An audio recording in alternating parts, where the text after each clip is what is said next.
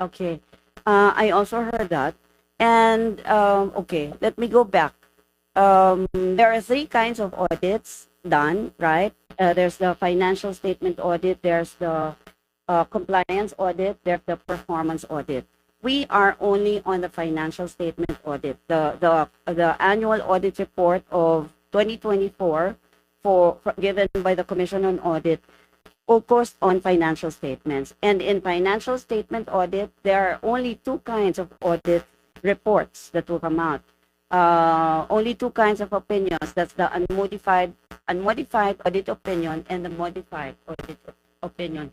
It can be, I think it can be interchanged with qualified and unqualified. Some other auditors use that. And there is no other rating, there is no other conclusion that will come out from the Commission on Audit. So, like I said, only modified and unmodified. So, in the unmodified opinion that the Office of the Vice President has been receiving since year 2022, it means that it says that the Office of the Vice President fairly presented the financial statements in all material respects. And there is no misstatement whatsoever in such presentation.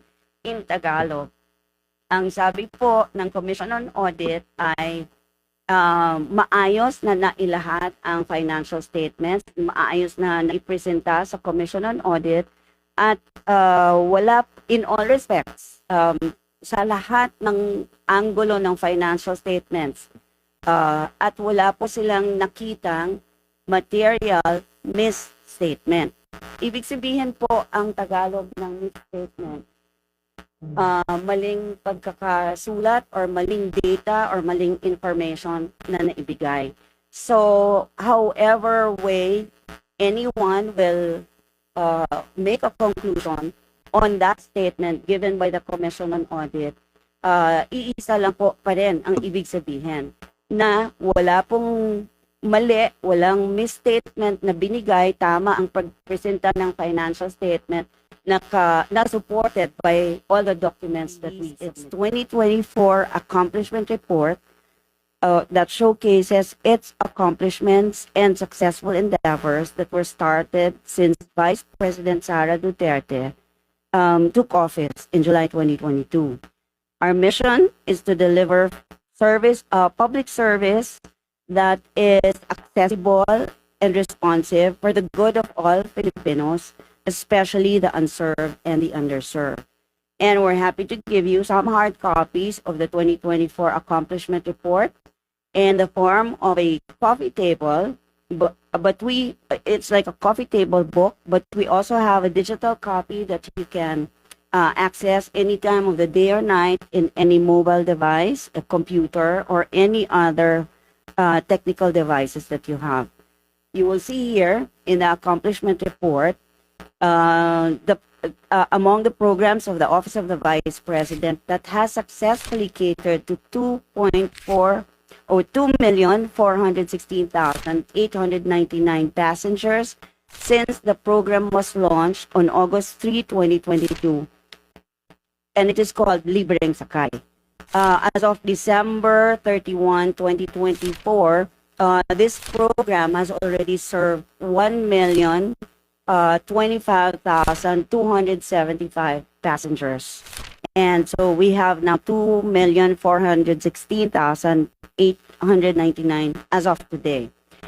The Libing Sakai has the following routes. It is actually an ongoing program that help well, of course, we help our we have help from our private partners in public service to be able to complement mass transportation in Metro Manila, Cavite, Bacolod, Cebu, Davao, and now we have another one running in Tacloban. It is the latest route that we have created. And the free bus service in Tacloban now operates along the bus terminal from the Tagpuro Elementary School route in Tacloban City. It runs from Monday to Saturday with 2 daily schedules at 5 a.m. to 9 a.m. and 5 p.m. to 9 p.m., just like all the other routes in other parts of the country for Libing Sakai. And we are currently studying and exploring the possibility of increasing the hours of operation from 4 a.m. to 10 a.m. It's going to be much longer because I think passengers leave their houses as early as 4 a.m. So we're still studying, looking into the best possibility if we can allow that. Of course, it's also the rainy season now, so we can better accommodate the growing number of passengers who depend on public transportation. This is also going to be a very dependable mode of transport for our passengers or the beneficiaries of Libing Sakai, especially with the looming or forthcoming gasoline prices. Of course, with as gasoline prices go high, our transportation fare also goes high. So this will help the public a lot and ease their lives, their daily lives, even just a bit day by day. Our initiative aims to ease the financial burden on local commuters and promote greater economic mobility and access to opportunities within the community. And since its official launch in August 2022, the Libing Sakai program has deployed a total of 9 buses covering routes in Metro Manila. This is from Monumento to PITX, and then we have Quiapo to Commonwealth and PITX to Naik, Cavite. We also have in Metro Cebu, Bacolod, Davao City, and the newest is Tacloban. Just to tell you also, the Libing Sakai is only one of the many accomplishments of the Office of the Vice President for the year 2024, and you will find them in the coffee table book. If you are given the hard copy, you can ask them later. I think they're going to distribute some. But for the digital or high-tech people, you can just go to Facebook, and I understand that the link to this page or to this book has already been posted. And so now I am ready to answer your questions, if there are any. Any questions on the topic? Miss Bella, Philippine Star. Ma'am, based on your accomplishment report, 86% yung utilization ng 2 billion budget. Mhm. Compared sa previous years, mataas pa ito. And anong cost ng bakit hindi na fully utilize yung 2 billion budget ng OVP? Okay, so I have to be clarified. What's the 2 billion budget for 2024? Yes. Hold on. Based on the accomplishments we have not utilized, you said there was low utilization. No. 86% yung utilization rate. So merong portion na hindi na utilize. Anong cost na bakit hindi na fully utilized? Oh, And yes. compared sa previous years, mas mataas In ba to? 2023, Yeah. and then it increased again in 2025. So far by half a year computation. There were a lot of challenges in implementing the programs of the Office of the Vice President. An example would be the magnegosyo taday, because it takes a lot of time in assessing and qualifying the would-be beneficiaries of the program.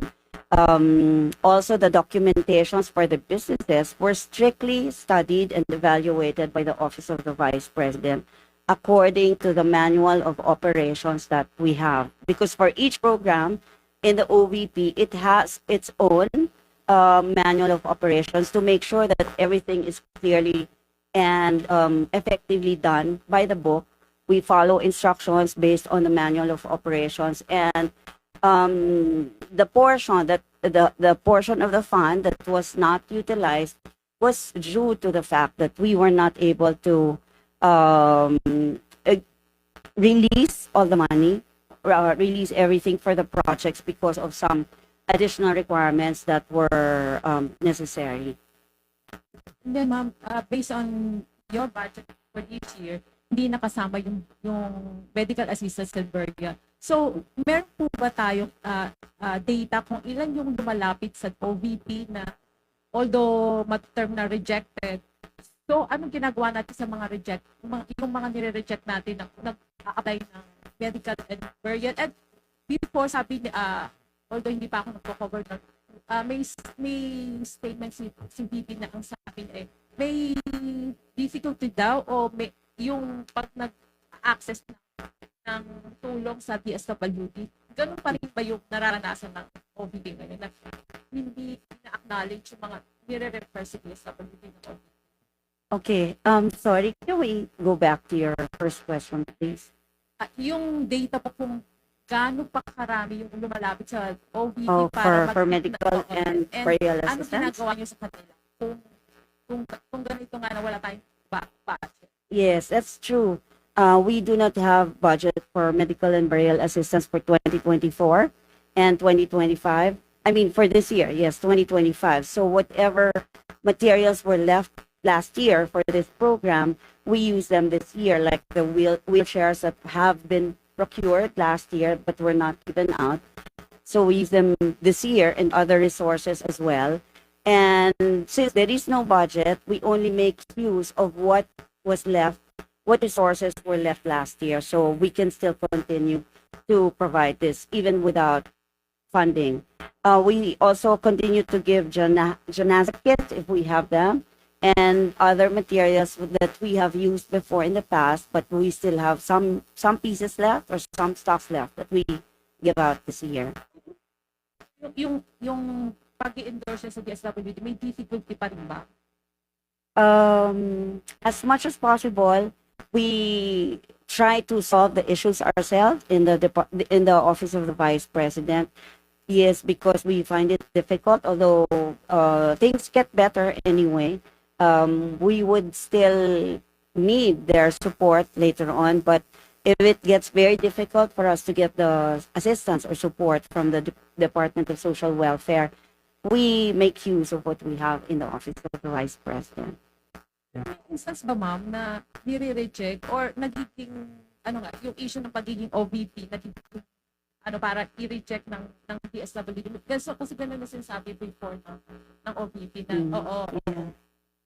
I have to admit, yes, there are some line agencies who, probably upon instructions from their superiors, I don't know, I'm just speculating, but yes, we experience that challenge every now and then. Next question on the topic. Kat Domingo, ABS-CBN. Hi, good Mike, please. afternoon. Oh, good morning. In last week's press conference, you mentioned that the TOA directed the OVP to correct some observations, submit corrections, or whatever remedial actions within 60 days. May we know in particular what these items were flagged by the TOA? These were COA observations on some items in our financial statements, like I can give you a list. Wait, hold on. There is, okay, here. Some observations and recommendations that were made by the Commission on Audit is one of which is the amount that was included in the financial statement of a donated equipment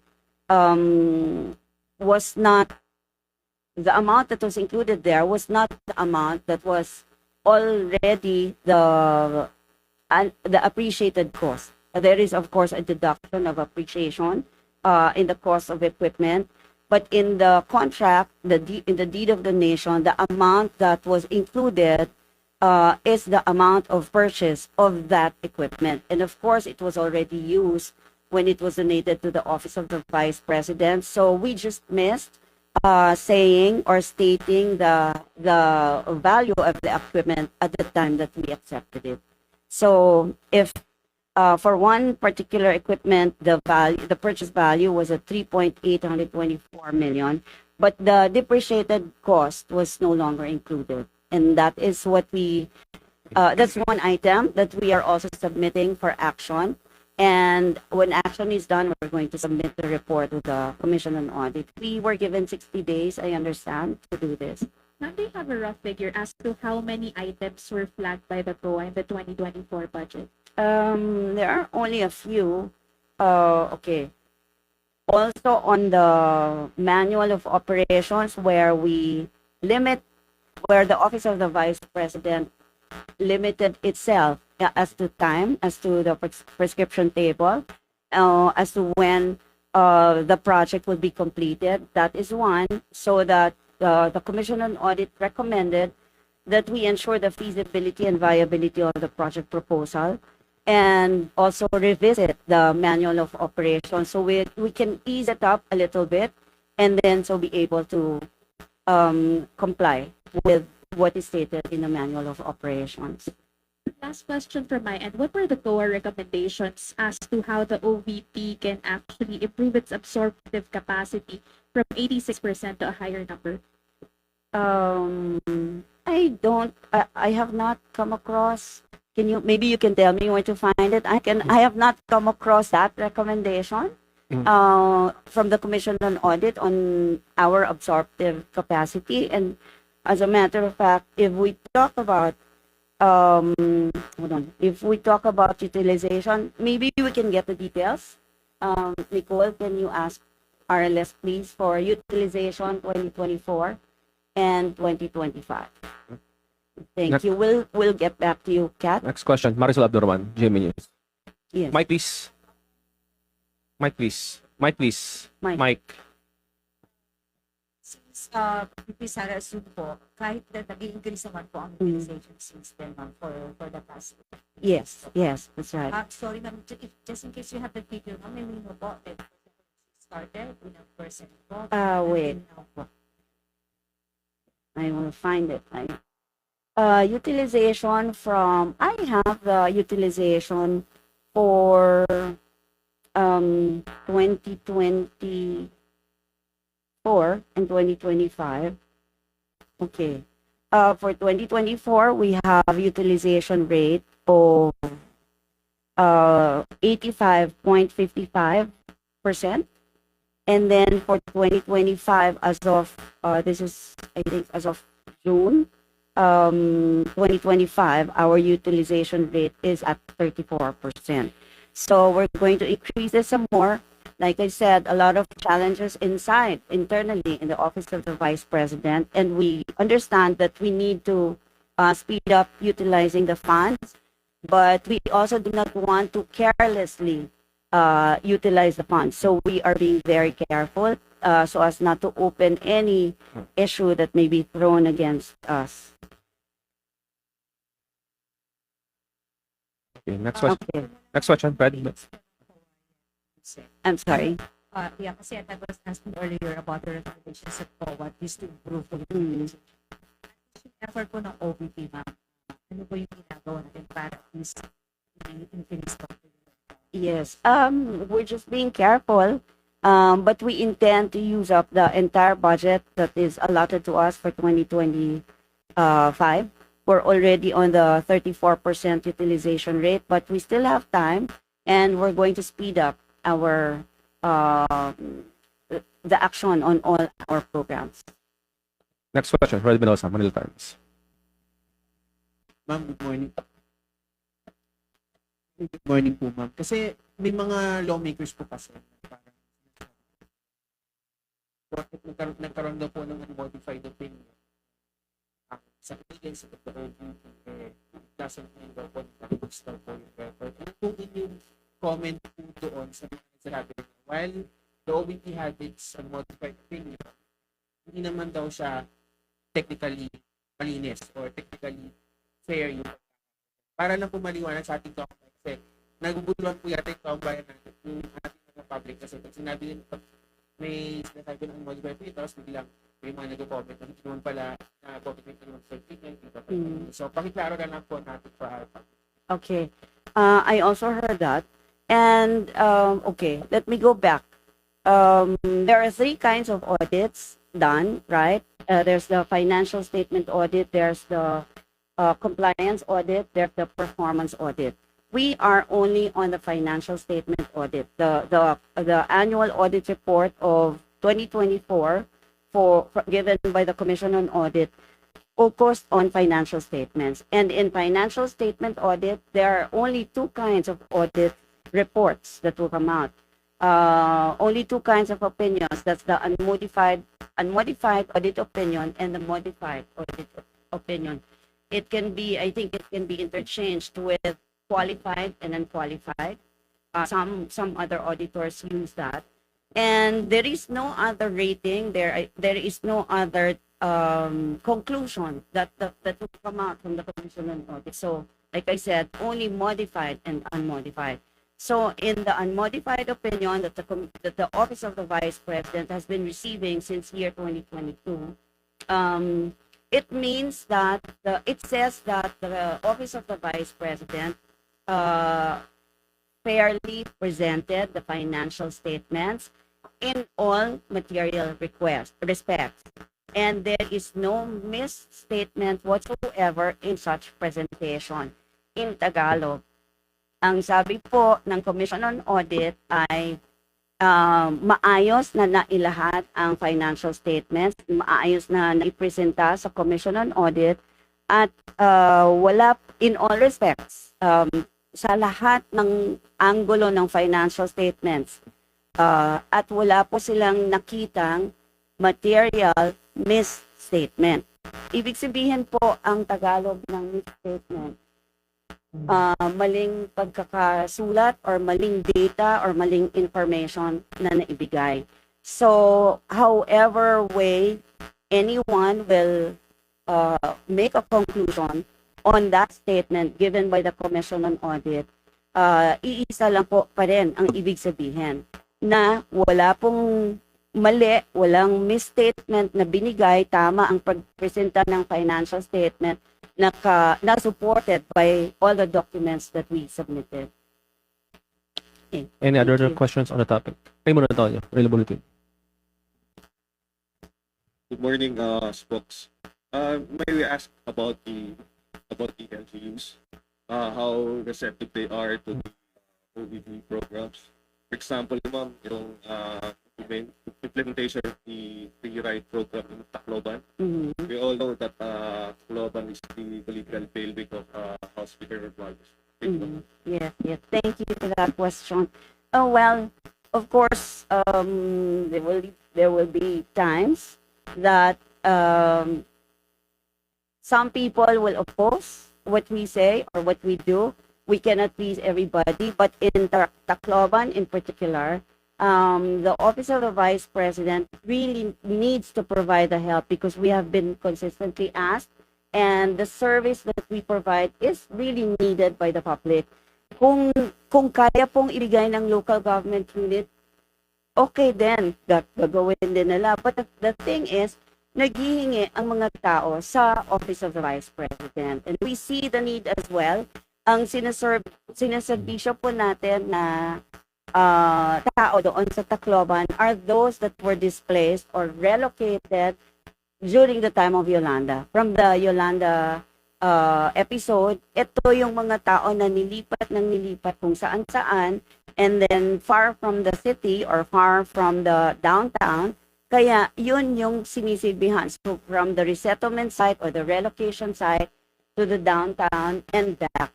Kailangan po ito, kailangan gawin ng Office of the Vice President to be able to service the people in Tacloban. Next topic. Ms. Larino Monte, NHK.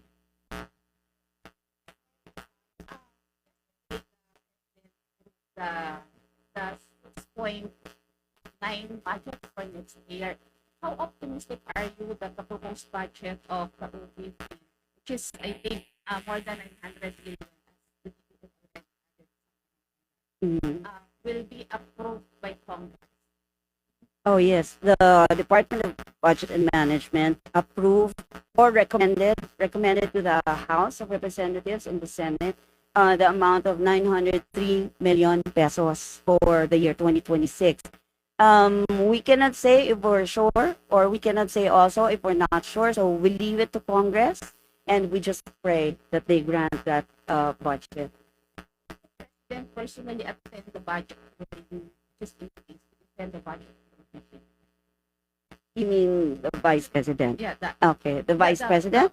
The vice president. I'm not sure if she will attend the budget hearing, but we have competent staff to defend our budget and explain to Congress why we need this amount of money.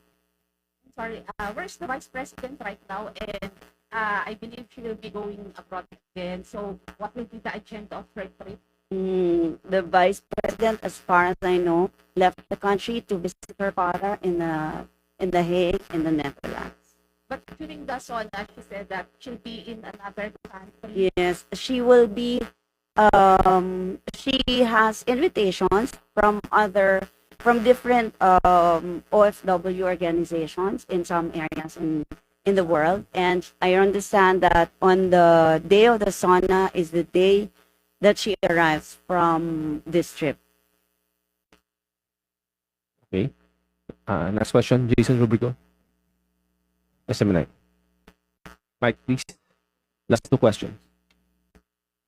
Good morning, ma'am. Ma'am, may we have your reaction po ng Office of the Vice President dun po sa trust ratings ni vpsara in the recent SWS survey na nakuha po siya ng 61%, and so far siya po yung pinagkakatiwalaan na highest up po siya ng government. Oh well, of course, if I do not, no, I'm not saying that this survey is real. I'm not saying that other surveys are not real. But getting a high rating of above 50%, of course, will make anyone happy, including the vice president. So getting a 61% authentic survey will make anyone happy. So the vice president welcomes this survey, and she intends to even continue working hard, or maybe work harder than she is working now, so that we can still increase that confidence rating for her. Follow-up question, Zach. Philippine Daily Inquirer.